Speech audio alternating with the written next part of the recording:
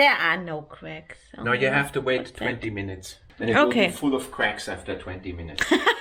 20 minutes later, this crankshaft is crack-free. You can see it takes a little bit luck, and if there is no luck, you gotta just sound convincing. So let's hope there's no rust on my engine. Oh, you know what? We haven't even cleaned it yet. Oh shit! Look at this mess in here. Oh no! I was hoping we're done cleaning. Hi, I'm Christian. And I'm Vera. In this episode, we're gonna do a lower end assembly of a TDV6 Diesel engine 2.7 liter out of a Land Rover Discovery 3. Without a broken crankshaft. After 270,000 kilometers, which is the first oil change coming up on a Toyota What Cruiser. Perfect. Many people asked us to do a crack test on this crankshaft. Now the TDV6 is not really known for a cracking crankshaft, but in order to satisfy our viewers, we're gonna do this crack test. It's actually really simple and everybody can do that at home. The first step is to clean the critical areas with brake cleaner. I'm gonna dry. Now I'm using the cleaner from the crack detection system, which is similar. Then the second step is basically the penetrator. I want to coat it with a nice and even layer in those areas where the crack may appear. So I put it right here, and then this slope here. Now I turn it around to the other side. We gotta wait 5 to 10 minutes now before we go to the step 3 here. In the next step, I gotta wipe off the red ink with a lightly damp cloth. See how nicely it cleans off?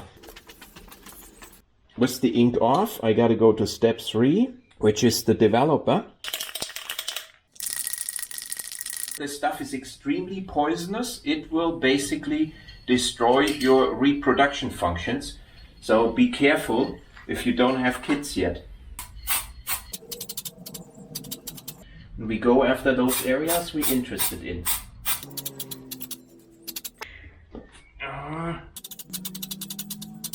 There are no cracks. No, you have to wait 20 minutes. And it will be full of cracks after 20 minutes. 20 minutes later, and we have the result of our crack test. And unfortunately, there is no crack. So boring video.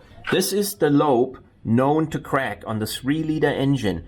And if there would be a hairline crack, we would see it right here, or we would see it right here. And also, we check the side of the lobe right here. Yeah, there is nothing. Also, this lobe is all clean, no hairline crack. You can look in here, no hairline crack. This crankshaft is crack-free, 100% for sure. Yeah. Now, another good indication if your crank has a problem or not is to measure the runout. And then that combined with the crack detection tells us for sure that it is okay. Yeah. And the fact that it hasn't broken yet. And clean it thoroughly. I never clean anything thoroughly. Oh, by the way, we forgot to clean the short block. So this is my setup to check crankshaft runout on the 2 inner mains. And I get the crankshaft to sit really nice in the V-blocks. I give it some light oil here and here. Also the area I want to measure, I oil up. And now I set the gauge, so it's engaged. You can see that here. This is a micron indicator. 35 to 56. Gonna note this on M2. Now I go over on the other main.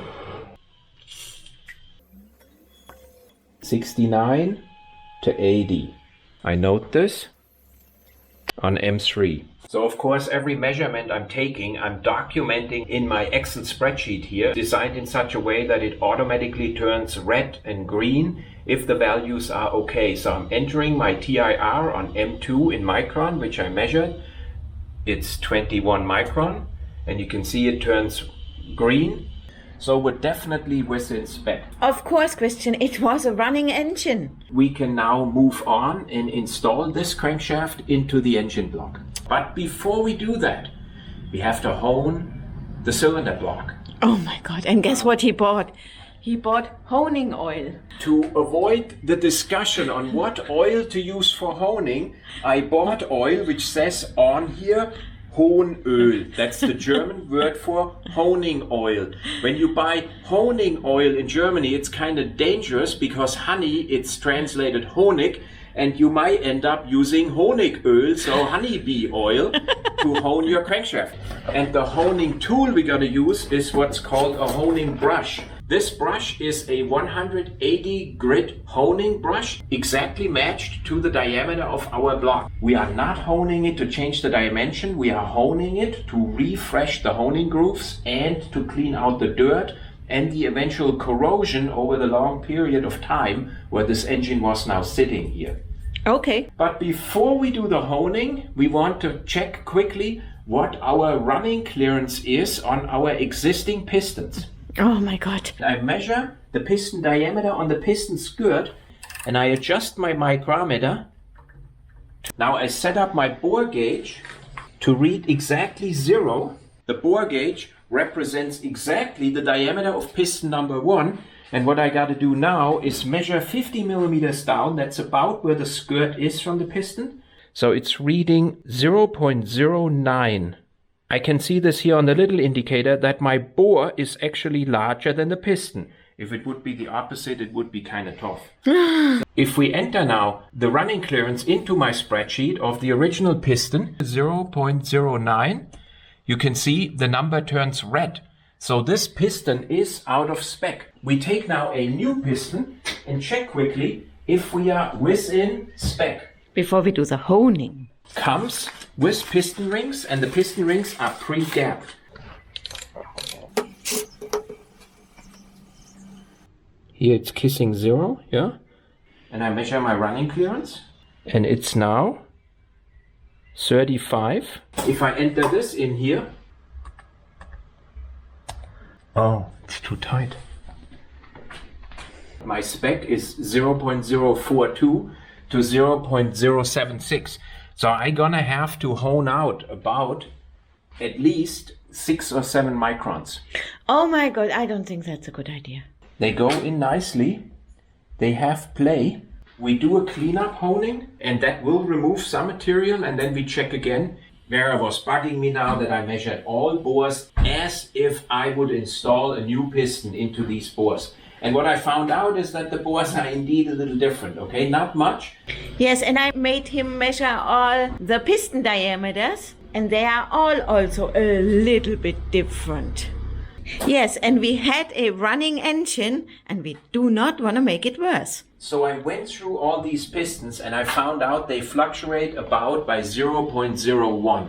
So the intention is to match these pistons later on to our 6 bores after honing. Just to make Vera happy. I think the engine is happy anyway. No? We want to check the existing honing marks and get an idea about their angle. Oh my God. And this is the angle we want to match. So I get some honing oil in here. We already discussed why we're using honing oil. It's actually just to avoid the discussion.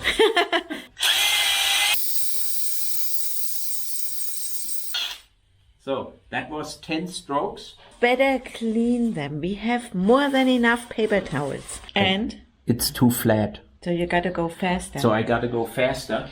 Capture the mess he might make.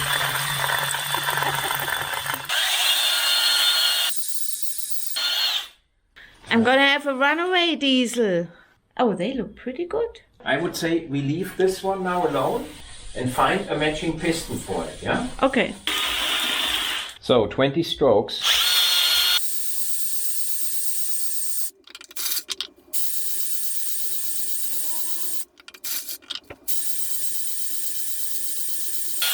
That was 20 strokes on each bore. Now I'm going to clean out all bores. There we go. Is this clean enough?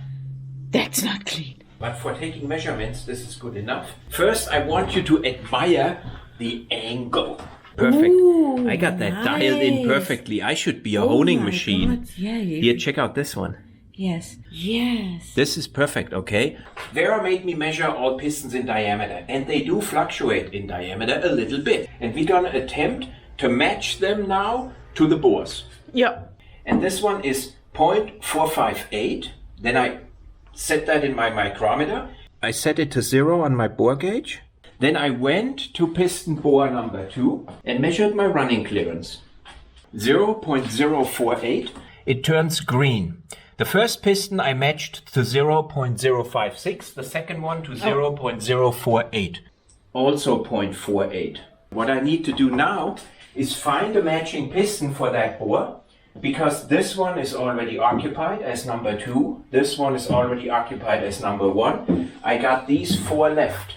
So I'm gonna save my biggest piston for the last bore. Slightly bigger. This one is also slightly bigger. This one is rather smaller. The 5.5 we're gonna put in number 4, and the 5.8 we're gonna put in number 3. I dedicate this one as number 3. And then it's the same process over and over. Got it at 0. I want to say 4.6. Running clearance in spec. You can see it takes a little bit luck, and if there is no luck, you gotta just sound convincing. 0.046. That is so easy, and now we unfortunately stuck with the last piston. So we're gonna hone through this one. 23. Oh, count in other occasions too.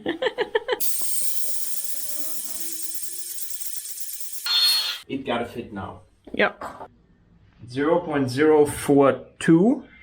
Further down, 0.041. My spec is 0.042, but let's just call this good. It will wear in.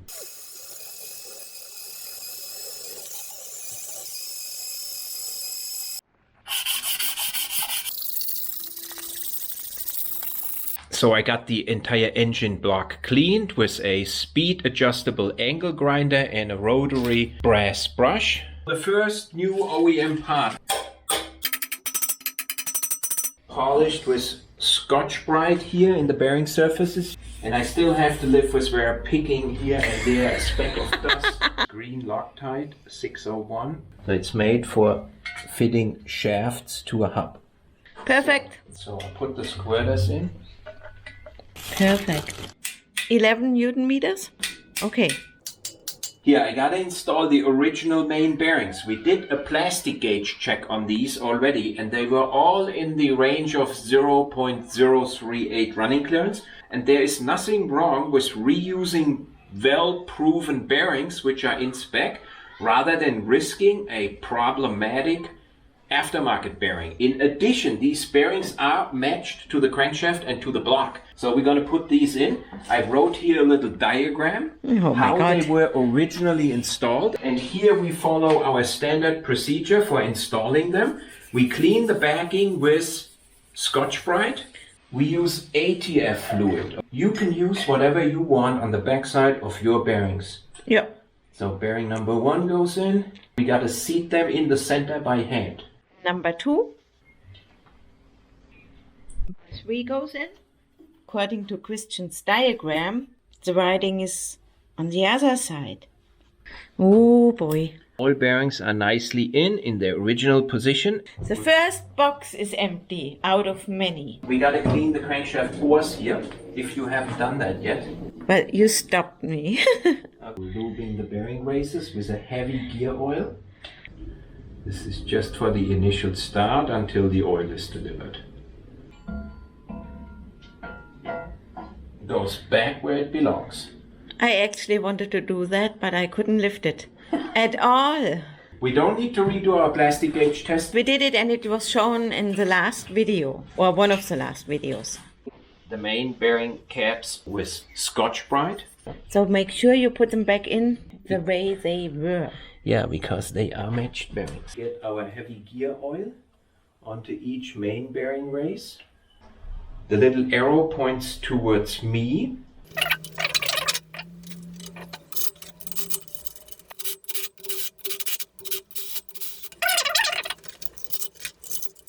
And you can now watch Vera getting dirty. That won't take long.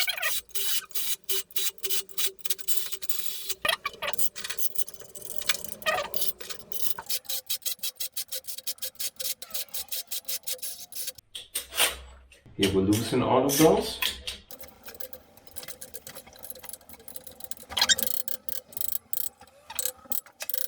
So now we got to seat the crankshaft against the thrust bearing. She got them numbered and one continuous sweep.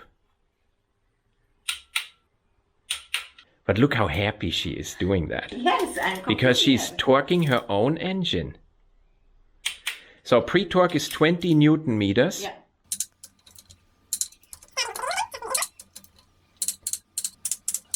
Good. Now 40. So that's now the 40 Newton meters. Correct. Okay. 60? Yes. Oh, I can use the same one. When she tightens the bolts, I don't have to listen to any comments. Versus when I would tighten them, there would be a comment with every bolt. We check now crankshaft end float. If the end float is not correct, we got to loosen them back up. When we took the engine apart, it was 0.24. So we have now 0.21. That's 300ths less, which means we have a misalignment of about 300ths on the back bearing. The variation allowed on the back bearing is 0.05 according to Ford. So we are within spec.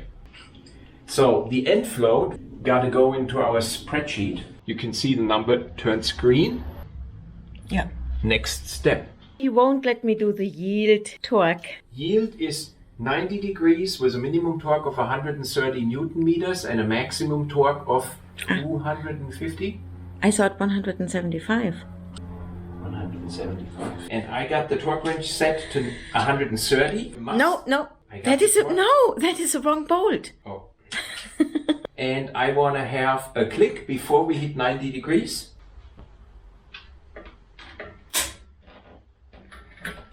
So it clicked well before we had 90 degrees, which is very good.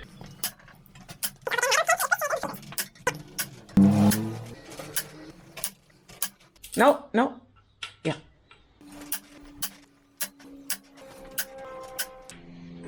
Perfect. And done. Torque to rotate. No, it's about 1. Torque to rotate crank only, 1. She does not believe me. She has to verify it herself.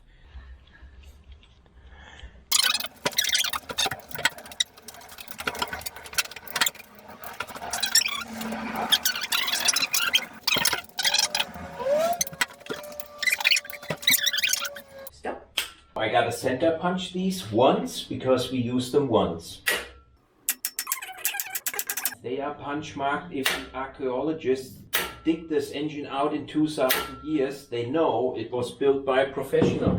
And what about the outside? The guy was not that professional. Okay, so show everyone what was causing that major clonking noise in your car, and you had me look around if your suspension is all working and if your transmission is still okay. It's always blocked like this with stuff. So I had to get that stuff out in order to fold up the seat. And what do I find under the seat?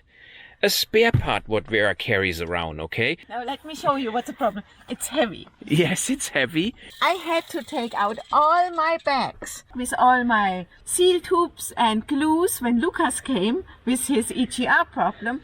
And then all the cushioning for my wheel bearing was gone. And the wheel bearing was rolling around down here. When it hits a piece of the seat structure, you think you have a transmission. You think that your prop shaft is banging against... Okay, let me word this correctly.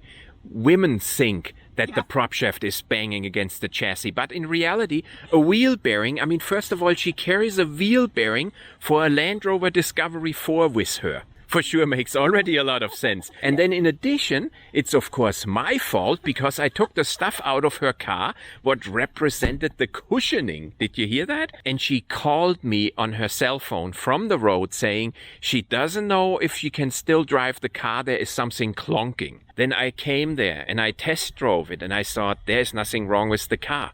It's always when I turn left, it's clonking. When I turn right again, it's clonking again. So this thing was rolling around, hitting the frame underneath the seats. Problem fixed. It reminds me on that Volkswagen commercial. Oh, really? Yes, definitely.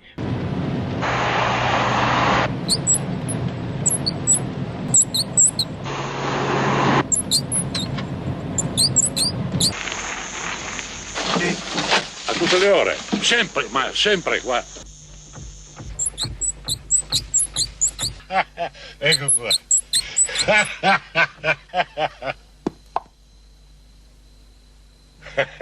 This spare part we take with us when we go more than 600 kilometers away in this car, okay? Not in this car. This has 67,000 kilometers. I think it will make it home. Yeah, I think so. So here is the progress we made with our chassis. That one is actually done and it's now waiting for the engine. I think you just watched here now the short block assembly, so there will be one more video of the engine assembly, and then there will be a video of putting the engine back in. There will be a video about painting the chassis and fixing the brake lines underneath. So we will generate quite a few more videos on our Land Rover Discovery 3, but that's what we do on this channel. Yeah. And I want to go to the Western Alps in the fall time, because I want to ride the Mairastura with my mountain bike. Are you talking about vacation with me? Yes. Okay, very generous.